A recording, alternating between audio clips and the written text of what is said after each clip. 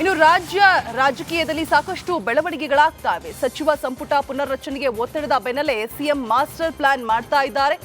ಇನ್ನೊಂದು ಕಡೆ ಸಚಿವರು ಮತ್ತು ಇಲಾಖೆಯ ಸಾಮರ್ಥ್ಯ ತಿಳಿಯೋದಕ್ಕೆ ಸಿಎಂ ಮುಂದಾಗಿದ್ದಾರೆ. ಹೀಗಾಗಿ ನಾಳೆಯಿಂದ ಸಿಎಂ ಇಲಾಖಾವಾರು ಪ್ರಗತಿ ಪರಿಶೀಲನೆ ನಡೆಸಲಿದ್ದಾರೆ. ಸಿಎಂ ಗೃಹ ಕಚೇರಿ ಕೃಷ್ಣಾದಲ್ಲಿ ಸಭೆ ನಡೆಯಲಿದೆ. ಸಚಿವರು ಅಧಿಕಾರಿಗಳಿಗೆ ಮಾಹಿತಿ ಸಮೇತ ಸಭೆಗೆ ಹಾಜರಾಗುವಂತೆ ಸಿಎಂ ಸೂಚನೆ ಕೂಡ ನೀಡಿದ್ದಾರೆ. 2025 ಸಾಲಿನ ಚಿತ್ರಸಂತೆಗೆ ಸಿಎಂ ಸಿದ್ದರಾಮಯ್ಯ 7ನೇ ಬಾರಿಗೆ ಚಾಲನೆ ನೀಡಿದ್ರು.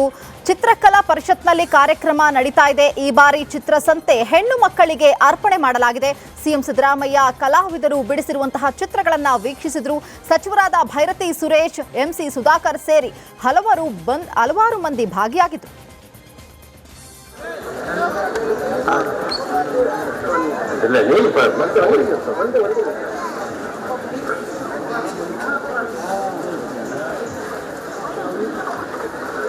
ಸನ್ಮಾನ್ಯ ಮುಖ್ಯಮಂತ್ರಿಗಳಿಗೆ ಕ್ಯಾನ್ವಾಸ್ಗೆ ಸೈನ್ ಹಾಕೋದ್ರ ಮುಖಾಂತರ 22ನೇ ಚಿತ್ರಸಂತೆಯನ್ನು ಉದ್ಘಾಟನೆ ಮಾಡ್ತಾ ಇದ್ದಾರೆ.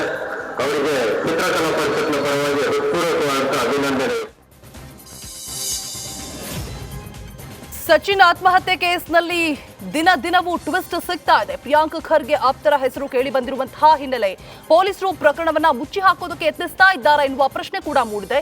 ಇದರ ಬೆನ್ನಲ್ಲೇ ಸಚಿನ್ ಪಾಂಚಾಳ್ ಸಹೋದರಿ ಸುರೇಖಾ ಹೊಸ ಬಾಂಬ್ ಸ್ಫೋಟಿಸಿದ್ದಾರೆ. ಪ್ರಿಯಾಂಕ್ ಖರ್ಗೆ ಪರಿಚಯಸ್ಥರು ನಿನ್ನೆ ಮನೆಗೆ ಬಂದಿದ್ರು. ಸಿಐಡಿ ತನಿಖೆಯ ಬಗ್ಗೆ ಭರವಸೆ ಇದೆಯಾ ಎನ್ನುವ ಬಗ್ಗೆ ಕೇಳಿದ್ರು. ನಾವು ಏನೂ ಕೇಳಲಿಲ್ಲ ಅಂತ ಹೇಳಿದ್ದಾರೆ. ಆದ್ರೆ ಮುಂದಿನ ವಾರ ಪ್ರಿಯಾಂಕ್ ಖರ್ಗೆ ಬರಬಹುದು ಅಂತ ಆಪ್ತರು ಹೇಳಿದ್ರಂತೆ. ಇವತ್ತಿಗೆ ನಮ್ಮ ತಮ್ಮ ತೀರ್ಕೊಂಡು 10 ದಿವಸ ಆದರೂ ಕೂಡ ನ್ಯಾಯ ಸಿಗ್ಲತ್ತಿಲ್ಲ ಅಂತ ನೋವಾಗ್ಲತ್ತದ ಸರ್. ನಮ್ಗೆ ನಮ್ಮ ತಮ್ಮ ಬರೆದಿತ್ತು ಡೆತ್ ನೋಟ್. ಇವತ್ತಿಗೆ 10 ದಿವಸ 11ನೇ ದಿವಸ ಆಯ್ತು ಡೆತ್ ನೋಟು ಸೋಷಲ್ ಮೀಡಿಯಾದಾಗ ಅಪ್ಲೋಡ್ ಮಾಡಿ. ಇನ್ನೂ ಸರ್ಕಾರ ಕಣ್ಣು ಮುಚ್ಚಿ ಕೂತದೇನೋ ಅಂತ ಅನ್ಸ್ಲತ್ತದ ನನಗೆ. ಅದಕ್ಕೋಸ್ಕರ ಇವತ್ತು ನಾ ಹೇಳ್ತೀನಿ ರೀ, ಅವ್ನ ಡೆತ್ ನೋಟಿನಾಗ ಎಷ್ಟು ಜನ ಹೆಸರು ಮೆನ್ಷನ್ ಮಾಡ್ಯಾರಂತ. ನಾನು ಸಚಿನ ತಂದೆ ಮೋನಪ್ಪ ಪಾಂಚಾಳ್, ತುಗಾಂವ್ ಕಟ್ಟಿ, ತಾಲೂಕಾ ಭಾಲ್ಕಿ, ಜಿಲ್ಲಾ ಬೀದರ್ ನಿವಾಸಿ ಆಗಿದ್ದು, ಇಂದು ನಾನು ಆತ್ಮಹತ್ಯೆ ಮಾಡಿಕೊಳ್ಳುತ್ತಿದ್ದು ನನ್ನ ಆತ್ಮಹತ್ಯೆಗೆ ಕಾರಣರಾದವರು ಈ ಕೆಳಕಂಡಿನವರು.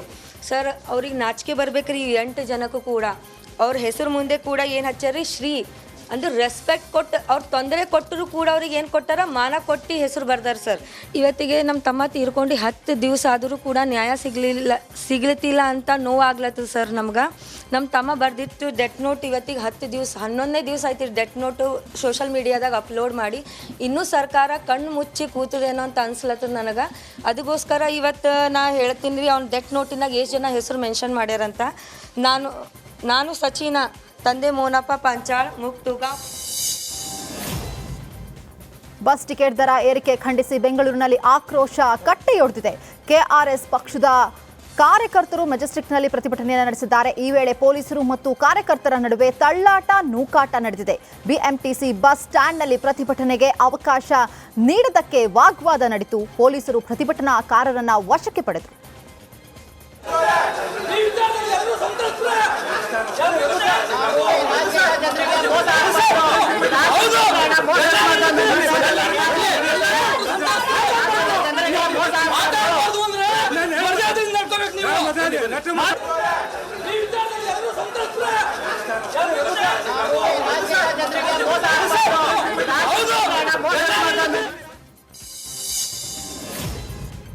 ಇನ್ನು ಕರ್ನಾಟಕದಲ್ಲಿ ಸರ್ಕಾರಿ ಬಸ್ಗಳ ಟಿಕೆಟ್ ದರ ಏರಿಕೆಯಿಂದಾಗಿ ಸಾರ್ವಜನಿಕರು ಆಘಾತಕ್ಕೊಳಗಾಗಿದ್ದಾರೆ.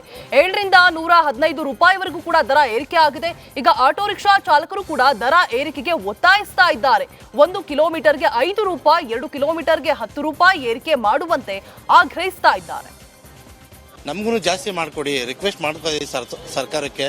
ಮೊನ್ನೆ ಸಭೆ ಇದ್ದಿದ್ರು ರದ್ದು ಮಾಡಿದ್ದಾರೆ. ಇನ್ನು ಯಾವಾಗ 2 ಕಿಲೋಮೀಟರ್ಗೆ 35 ಮಾಡಿ ಅಂತ ಹೇಳ್ತಾರೆ. ಹೌದು ಸರ್, ನಾರ್ಮಲ್ ಆಗಿ 5 ರೂಪಾಯಿ ಎಕ್ಸ್ಟ್ರಾ ಮಾಡ್ತೀನಿ ಅಂತ ಹೇಳಿದ್ರು. ನಾರ್ಮಲ್ ಆಗಿ ಅದೇ ರೇಟಲ್ಲೇ ಇದೆ. ಇನ್ನು 30 ರೂಪಾಯಿ ಬರ್ತಾ ಇದೆ. ಮೊನ್ನೆ 5 ರೂಪಾಯಿ ಎಕ್ಸ್ಟ್ರಾ ಮಾಡೋದು ನಮ್ಗೆ ವರ್ಕೌಟ್ ಆಗುತ್ತೆ ಸರ್. ಸರ್, ಏನ್ ಹೇಳ್ತೀರಿ ಸರ್ಕಾರಕ್ಕೆ ಅಂತ? ಸರ್ಕಾರಕ್ಕೆ ಏನಿಲ್ಲ ಸರ್, ಬೇರೆ ಸ್ಟೇಟ್ ಅಲ್ಲೆಲ್ಲ 40 ರೂಪಾಯಿ ನಡೀತಾ ಇದೆ. ನಮಗೂ 40 ರೂಪಾಯಿ ಮಾಡ್ಕೊಟ್ರೆ ಒಳ್ಳೇದು ಸರ್. ನಮಗೂ ಜಾಸ್ತಿ ಮಾಡಿಕೊಡಿ, ರಿಕ್ವೆಸ್ಟ್ ಮಾಡ್ಕೊಡಿ ಸರ್ಕಾರಕ್ಕೆ. ಮೊನ್ನೆ ಸಭೆ ಇದ್ದಿದ್ರು ರದ್ದು ಮಾಡಿದ್ದಾರೆ. ಇನ್ನು ಯಾವಾಗ 2 ಕಿಲೋಮೀಟರ್ಗೆ 35 ಮಾಡಿ ಅಂತ ಹೇಳ್ತಾರೆ. ಹೌದು ಸರ್, ನಾರ್ಮಲ್ ಆಗಿ 5 ರೂಪಾಯಿ ಎಕ್ಸ್ಟ್ರಾ ಮಾಡ್ತೀನಿ ಅಂತ ಹೇಳಿದ್ರು. ಬಸ್ ಟಿಕೆಟ್ ದರ ಏರಿಕೆ ಮಾಡಿರುವುದಕ್ಕೆ ಪ್ರಯಾಣಿಕರು ಕಿಚ್ಚು ಹೆಚ್ಚಾಗಿದೆ. ಸಿದ್ದರಾಮಯ್ಯ ಸರ್ಕಾರದ ವಿರುದ್ಧ ಪುರುಷ ಪ್ರಯಾಣಿಕರು ಆಕ್ರೋಶವನ್ನು ವ್ಯಕ್ತಪಡಿಸ್ತಾ ಇದ್ದಾರೆ. 15% ಟಿಕೆಟ್ ದರ ಏರಿಕೆಯನ್ನ ಖಂಡಿಸಿ ಕಿಡಿಕಾರ್ತಾ ಇದ್ದಾರೆ. ಇದು ಲೂಟಿ ಸರ್ಕಾರ ಅಂತ ಹೇಳಿ ಸಿಡಿಮಿಡಿಗೊಂಡಿದ್ದಾರೆ. ಗೌರ್ಮೆಂಟ್ ಜನರಿಗೆ ಫ್ರೀ ಕೊಟ್ಟಿದ್ದೇ ತಪ್ಪು. ತಾವು ಮಾಡಿದ ತಪ್ಪಿನಿಂದ ಈ ಕರ್ನಾಟಕ ರಾಜ್ಯ ರಸ್ತೆ ಸಾರಿಗೆ ಸಂಸ್ಥೆಯ ಬೊಕ್ಕಸಕ್ಕೆ ನಷ್ಟವಾಗಿದೆ. ಆ ನಷ್ಟ ಸರಿದೂಗಿಸಲು ಈ ಜನರು ಸಾಮಾನ್ಯ ಜನರ ಮೇಲೆ ಪರ್ಯಾಯವಾಗಿ ನಮ್ಮ ಸಾಮಾನ್ಯ ಜನರ ಮೇಲೆ, ಅದು ಸ್ಪೆಸಿಫಿಕಲಿ ಗಂಡಸರ ಮೇಲೆ ಹಾಕುತ್ತಿರುವ ಹೊರೆ.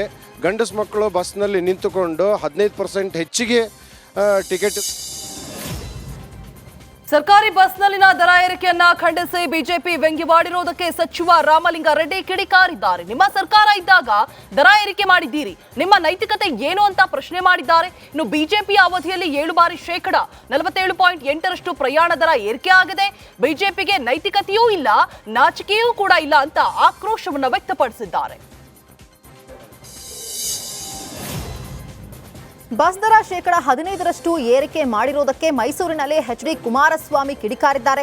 ಸರ್ಕಾರ ಗ್ಯಾರಂಟಿಯನ್ನ ನಿಲ್ಲಿಸಲು ಕಾರಣವನ್ನ ಹುಡುಕ್ತಾ ಇದೆ. ಮಧ್ಯಮ ವರ್ಗದ ಜನರ ಬದುಕಿನ ಜೊತೆ ರಾಜ್ಯ ಸರ್ಕಾರ ಚೆಲ್ಲಾಟವಾಡ್ತಾ ಇದೆ. ದಿನಕ್ಕೆ 10 ರೂಪಾಯಿ ಹೆಚ್ಚಿಗೆಯಾದರೂ ಅದು ಅವರಿಗೆ ಹೊರೆಯಾಗಲಿದೆ. ಯಾವುದೇ ಕಾರಣಕ್ಕೂ 5 ಗ್ಯಾರಂಟಿ ನಿಲ್ಲಿಸಬೇಡಿ ಅಂತ ಎಚ್.ಡಿ.ಕೆ ಗುಡುಗಿದ್ರು.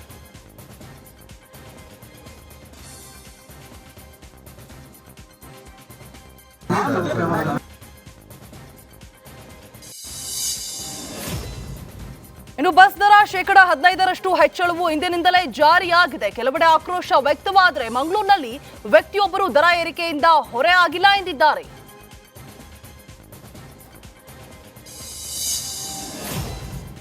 ಪ್ರಯಾಣಿಕರಿಗೆ ಬಸ್ ಟಿಕೆಟ್ ದರ ಏರಿಕೆ ಶಾಕ್ ತಟ್ಟಿದೆ. ಕಾರವಾರ ಬಸ್ ನಿಲ್ದಾಣದಲ್ಲಿ ಪ್ರಯಾಣಿಕರು ಅಸಮಾಧಾನವನ್ನು ಹೊರಹಾಕಿದ್ದಾರೆ. ಉಚಿತ ಗ್ಯಾರಂಟಿ ಕೊಟ್ಟು ಈಗ ಟಿಕೆಟ್ ದರ ಜಾಸ್ತಿ ಮಾಡಿರೋದು ಅಕ್ಷಮ್ಯ ಅಪರಾಧ ಅಂತ ಹೇಳಿ ಕಿಡಿಕಾರಿದ್ದಾರೆ.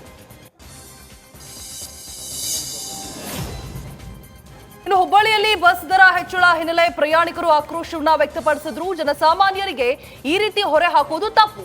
ಸರ್ಕಾರ ಕೂಡಲೇ ಈ ನಿರ್ಧಾರವನ್ನ ವಾಪಸ್ ಪಡಿಬೇಕು. ಮಹಿಳೆಯರಿಗೊಂದು ನ್ಯಾಯ, ಪುರುಷರಿಗೊಂದು ನ್ಯಾಯ ಎಷ್ಟು ಸರಿ ಅಂತ ಪ್ರಶ್ನೆ ಮಾಡಿದ್ದಾರೆ.